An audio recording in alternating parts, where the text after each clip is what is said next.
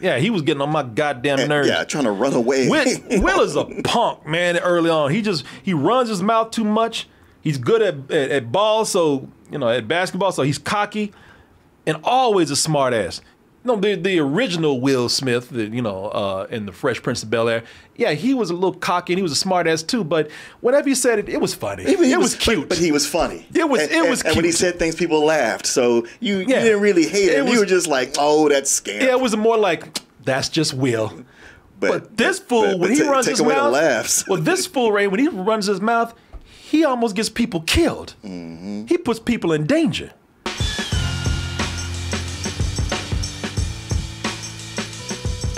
Hey everyone, the Double Toasted Live Tour is coming to an end with our final show in Dallas, Texas, February 18th at Viva's Lounge. I'm trying to get an after party spot for all you VIPs and super VIPs, so get your tickets now by going to x1entertainment.com, and I'll see you soon.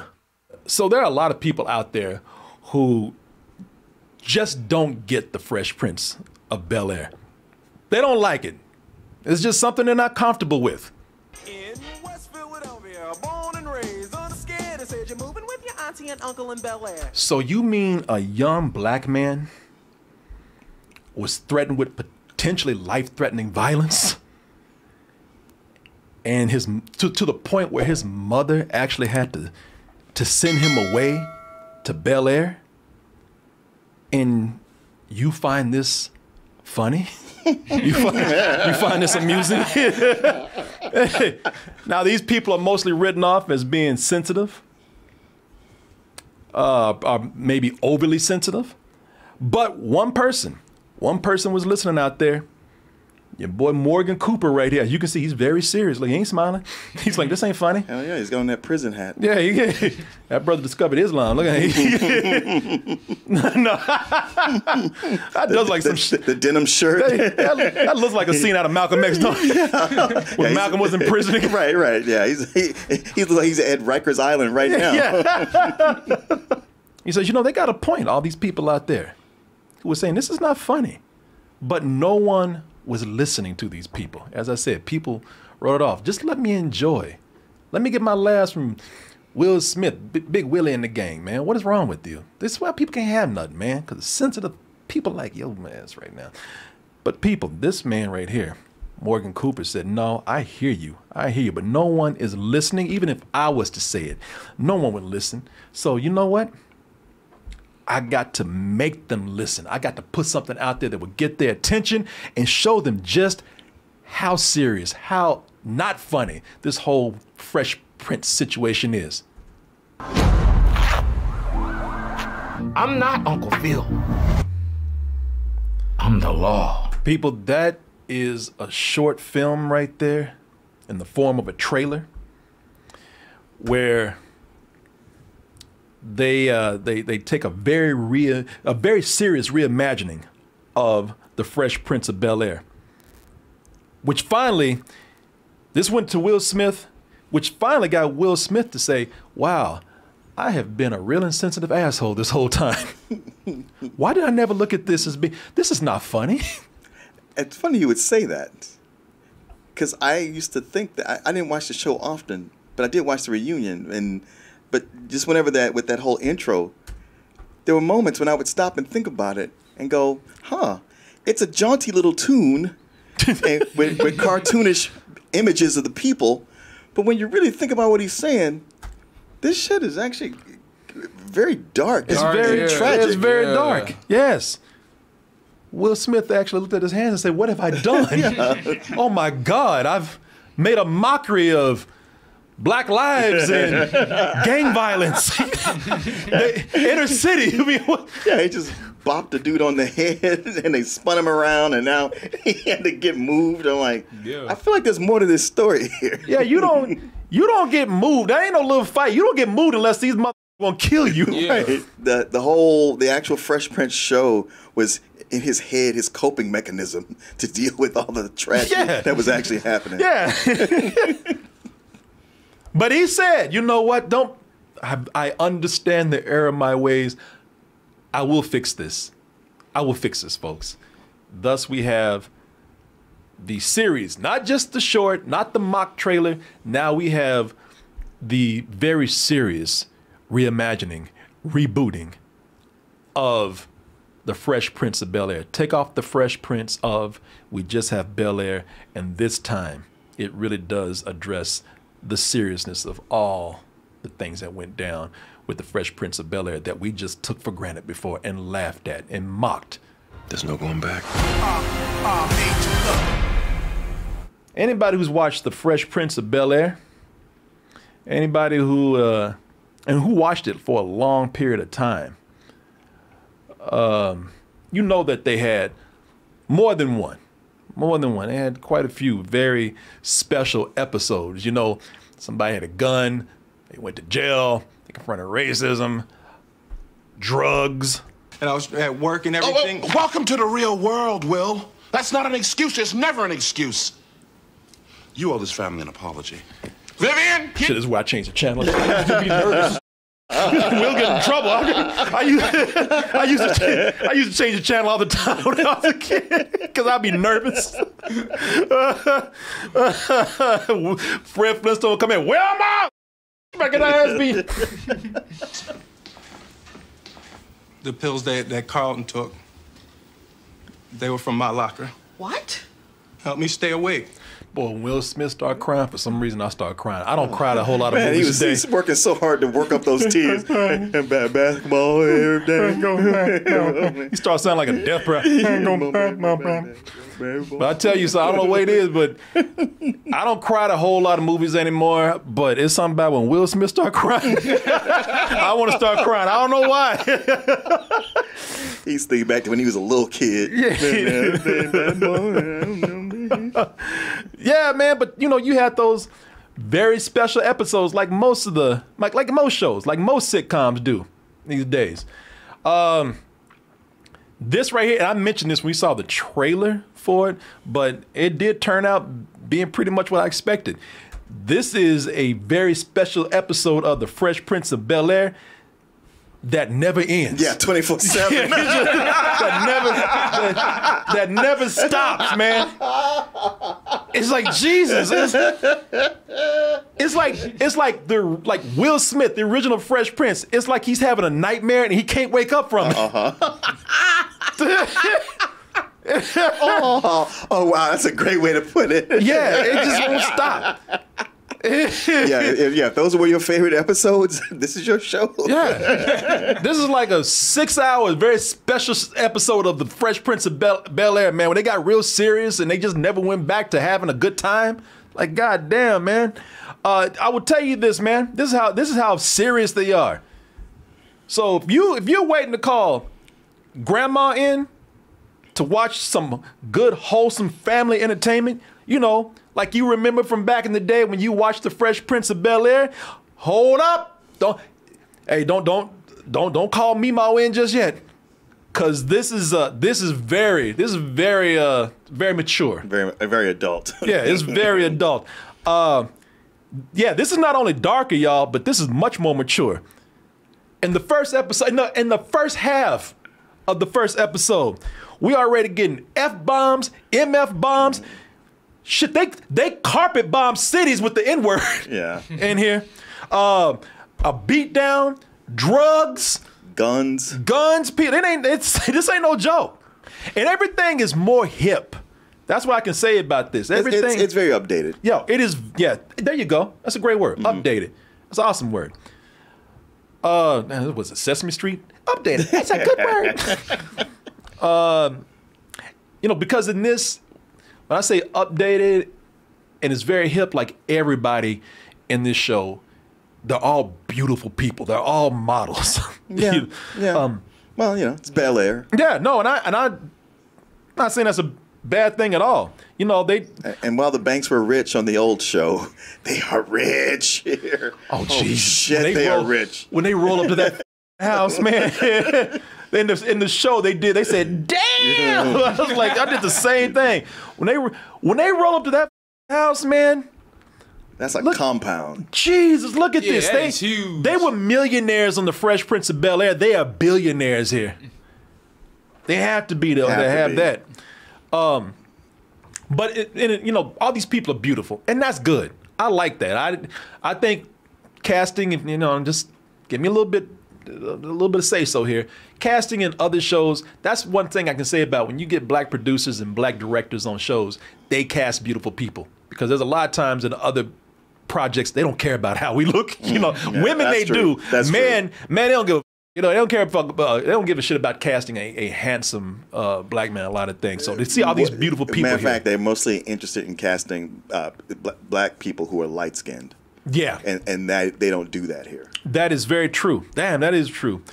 But in addition to updating the look, they do more than that. They do more than they update their personalities too. They update their personal stories.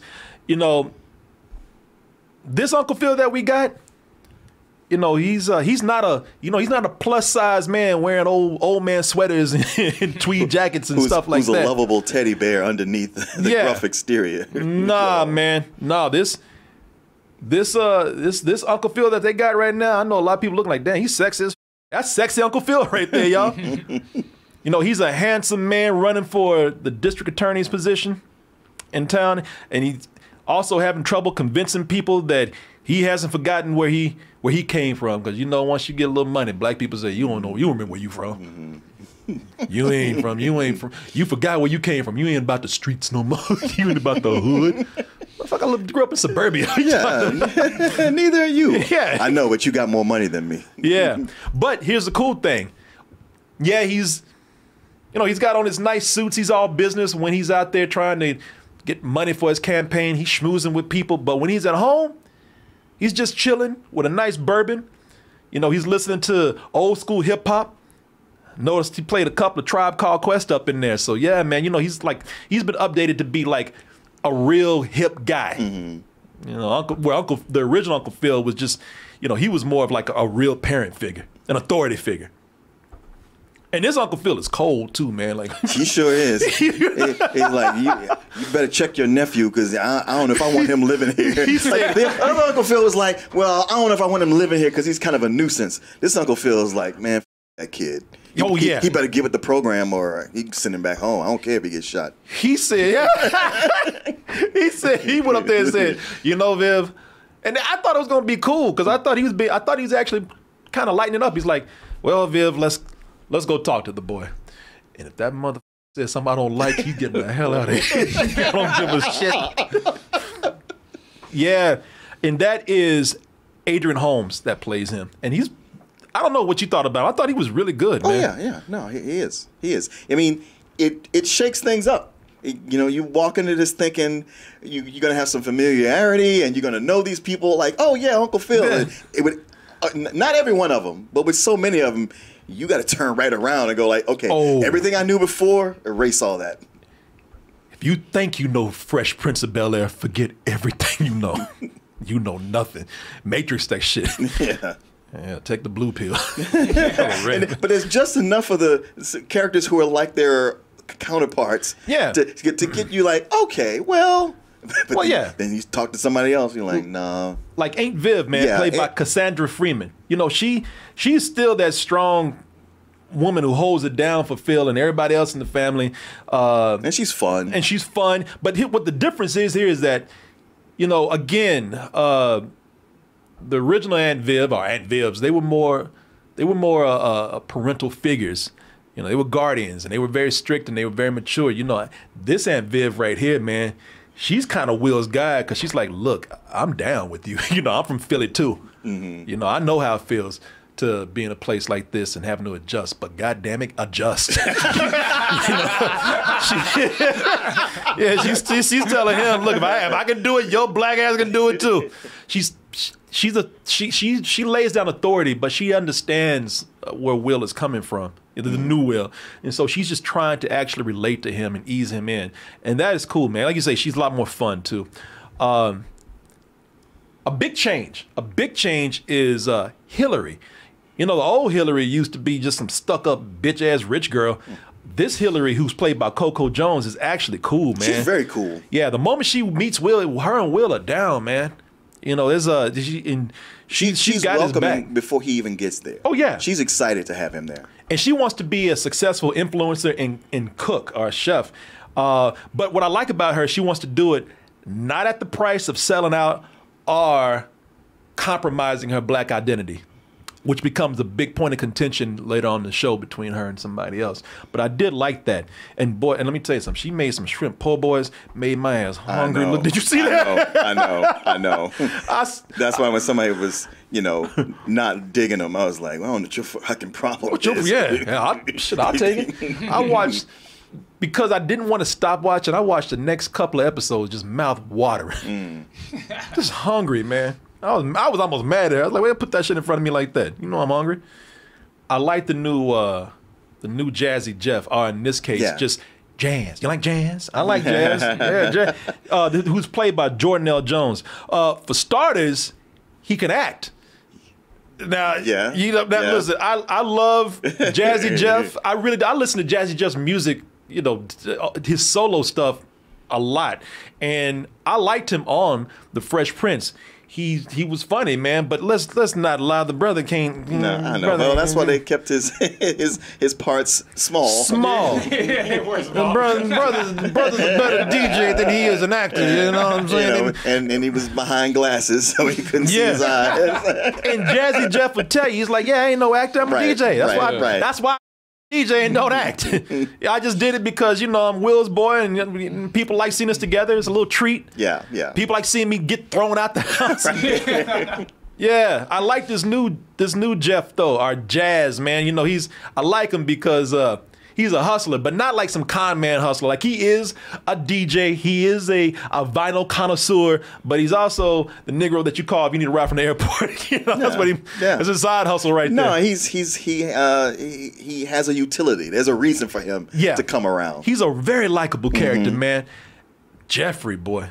Jeffrey scared out of me. Jimmy Akinbola, because he looked like he's kind of scary. Yeah, he looks like Bushmaster. He looks like, yes.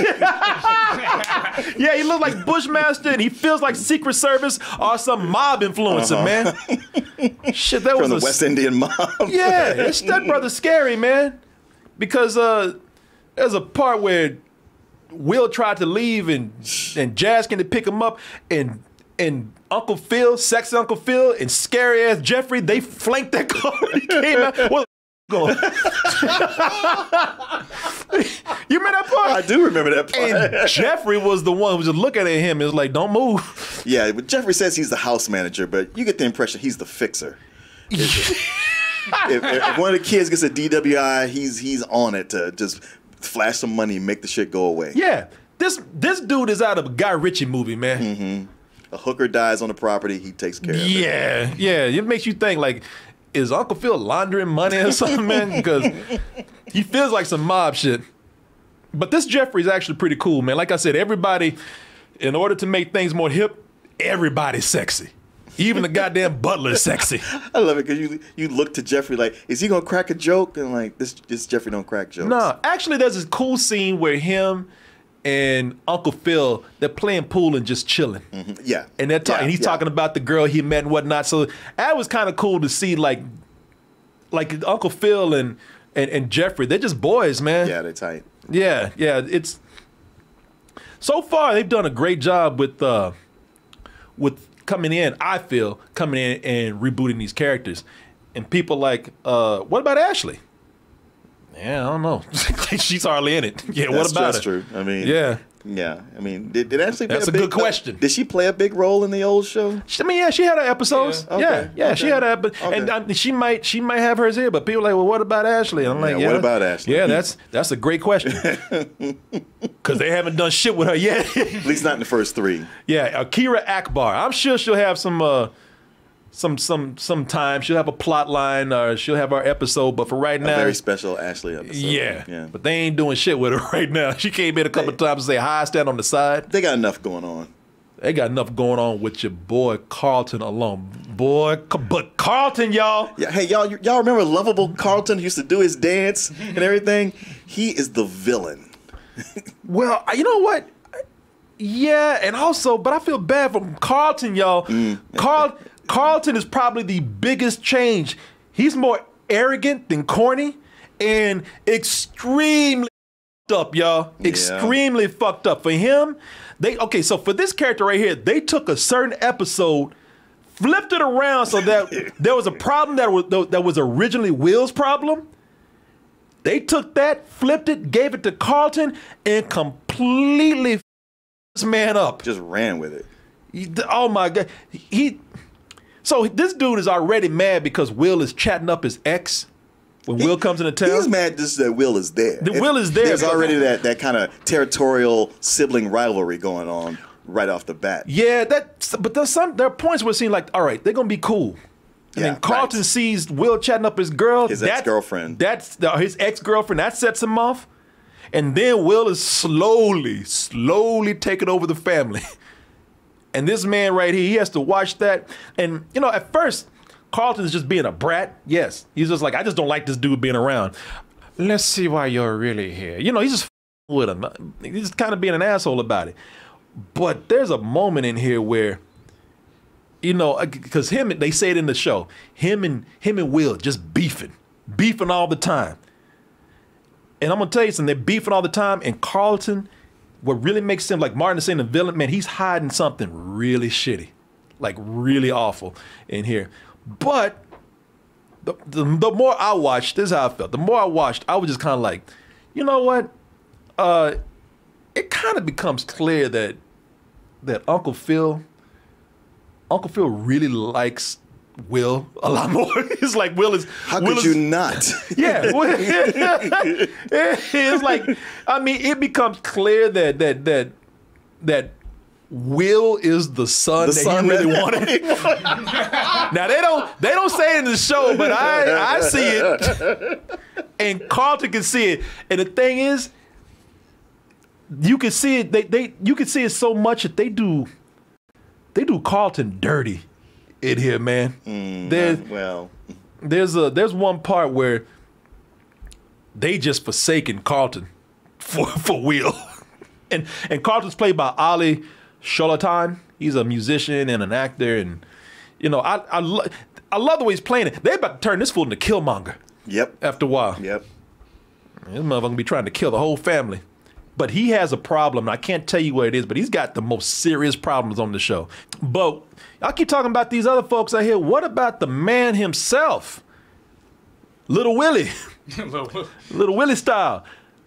Who's played by Jabari Banks. I don't know if this guy's a newcomer or not. He's very young, so I imagine so. But I tell you what, first, if you're going by looks, great casting. I mean, it's cool because they're not trying to find somebody who looks exactly like Will Smith. In fact, he looks like a cross between Will Smith and Janet Jackson or something in a way. But I like this brother right here because I think the casting's great as far as the physicalities go. You know, this brother is a BWLH. Do you know what that is? No. Brother with a long head. Oh. Yeah. He's got a long neck too. Look at that right there. Yeah, he's part giraffe. Yeah, he's part of the Black Peanut Head Club. And I'm saying this because I'm not just a member, I'm the president. Yeah, I'm a member. Hey, look, me, Will, we got peanut heads, man. And so does this brother right here too. Good call on the casting as far as the physicalities go. Skin color, haircut, ears. And it gets to a moment, especially, and I said this when we saw the trailer, especially when he starts crying. Oh, yeah, he can drop tears. Oh, yeah, he looks just like Will, man. I mean, look at that right now. How come he don't love me? Yeah. How come he don't want me, Uncle Phil? Wait, you're supposed to save this for later. You do this in the first episode. Yeah, if you get him crying, he looks just like Will Smith. He got that whole crying mannerism down. But what about his personality? You know, the thing with him, man, is that what I like about him in this role that he's doing is that he definitely has captured the spirit of Will Smith without having to mimic Will Smith. You know, and I'll tell you, because he's got Will Smith's charismatic charm, but he doesn't, you know, he's not doing an impersonation of Will Smith. He has his charisma and his spirit. Yes, it's all his own, but it fits in the slot. Yeah, and I'm gonna tell you, at first it's annoying because this Will, that's not him right there. This Will right here, he's a punk, man. Yeah, I was gonna say. I mean, I think he has the greatest job to do because you're right. He starts off as a punk. I mean, we talked about Carlton being a brat. Yeah. But he's a brat himself, gets himself in this bad situation, and when his mom is like, "I'm sending you away," he's trying to fight it. Like, why? I don't want to go. This is my hood. How come I gotta go? It's like, did you miss the first 30 minutes of all this shit, that dumb shit you did to get yourself in this situation? Where a drug dealer wants to kill you? Yeah. Where you pointed a gun at a drug dealer and he's put the word out on you? You've been greenlit, son. You gotta. Yeah. Well, I don't understand why I gotta go to Bel Air. It's like a lot of kids would have to go to a work farm. You're going to a mansion in Bel Air. Exactly. Go, assimilate. Shut the. Yeah, he was getting on my goddamn nerves. Yeah, trying to run away. Will is a punk, man. Early on, he runs his mouth too much. He's good at ball, so at basketball, so he's cocky, and always a smart ass. The original Will Smith, in the Fresh Prince of Bel-Air, yeah, he was a little cocky and he was a smart ass too. But whenever he said it, it was funny. It was cute. But he was funny. It was cute. And when he said things, people laughed. So you didn't really hate him. You were just like, oh, that's scary. Yeah, it was more like, that's just Will. But this fool, when he runs his mouth, this fool, Ray, when he runs his mouth, he almost gets people killed. Mm-hmm. He puts people in danger. But I found myself, even though I thought that he was, somewhat of a punk, I started rooting for him, man. Well, that's what I was saying. What makes this actor so good, at least this portrayal, is that he's so on your fucking nerves when it starts, but he does win you over. Yeah, because he's trying. Shortly after, he's trying. Takes him a while. Takes him a while to kind of figure it out. Yeah, he gets adjusted. He starts thinking like, you know what? Once I get one good talk from Aunt Viv, maybe I should get my shit together.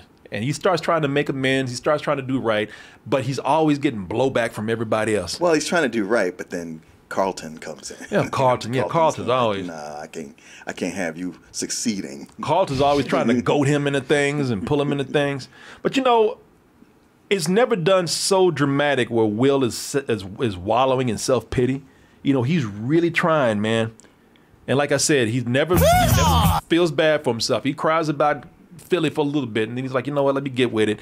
And for his efforts, everybody's still testing him. So that's you kind of root for him that way for sure. Because you can't blame him. The guy misses home, man, and I'm sure that he wants to. Call his mom very often. And although I know he's with rich relatives, he can still save some money with Mint Mobile. Hey, how do you think the rich get rich, man? They save money. So Will is missing home. I recommend that he try Mint Mobile, premium wireless, and save money where he can get wireless for just $15 a month. By going online and getting rid of the traditional cost of retail, Mint Mobile, they pass those savings, that's right, to you. And you've probably seen Ryan Reynolds talking about Mint Mobile. He's on the chair and everything. But I'm here. Now, I'm no Ryan Reynolds, but I think you guys can trust me. You can save some money with your wireless bill or your wireless service. Why not do it? And Mint Mobile is one of the ways that you can. All plans come with unlimited talk and text. They also have high-speed data delivered on 5G, the largest 5G network. And don't worry about having to get a new phone. You can get a new phone if you want, but you can use your own phone with any Mint Mobile plan and keep your same phone number. And with Mint Mobile, you can choose the amount of monthly data that's right for you. That'll keep you to stop paying for all that data that you never use. As I said, switch over to Mint Mobile if it suits you and get premium wireless service for just $15 a month. And when you do it, tell them Double Toasted sent you.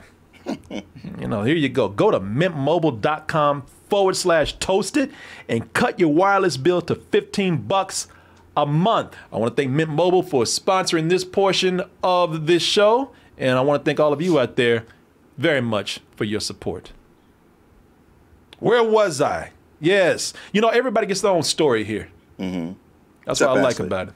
What's that? Except Ashley. Except Ashley. I'm sure. Hopefully one day for little Ashley, because right now nobody give a shit about what she's doing. She's just in the background. There were times I forgot they had another child. Right. in here. But, some of these stories, man, I don't know how you feel about them, but there was one here, and I guess it must be good if it made me upset, because I was mad on Uncle Phil's behalf. They have a story in here. As I told you, you know, a lot of people are questioning him and how he can relate to the community because the brother got money, right? Sure. So, you know, there's a story in here where he goes back to see his, you remember this when he goes back to see his fraternity, the Alphas, and you know, they pull that shit on him too, like, oh, brother, you forgot your brothers. Yeah, you got your brothers, brother. How come you didn't go to what's his name's funeral? He's like, oh, yeah, they get mad at him. These grown ass men who are bought brothers, by the way. You know, you have to pay to be in a fraternity. These grown ass men who, by the way, are so into this goddamn fraternity that they're ready to beat Will's ass. Right. Will got on there trying to help his uncle. And these grown ass men who are 40-something, 50-something, talking about, you better get him, Phil. You better get him, for we heard him. He was like, hey, sit your old ass down. Yeah. Yeah, you know, there's a storyline in here where he has to convince his fraternity brothers that he's still cool. Because these grown ass men, they're mad. These grown ass men are mad because he chose to take care of his family and forgot about the fraternity. Yeah.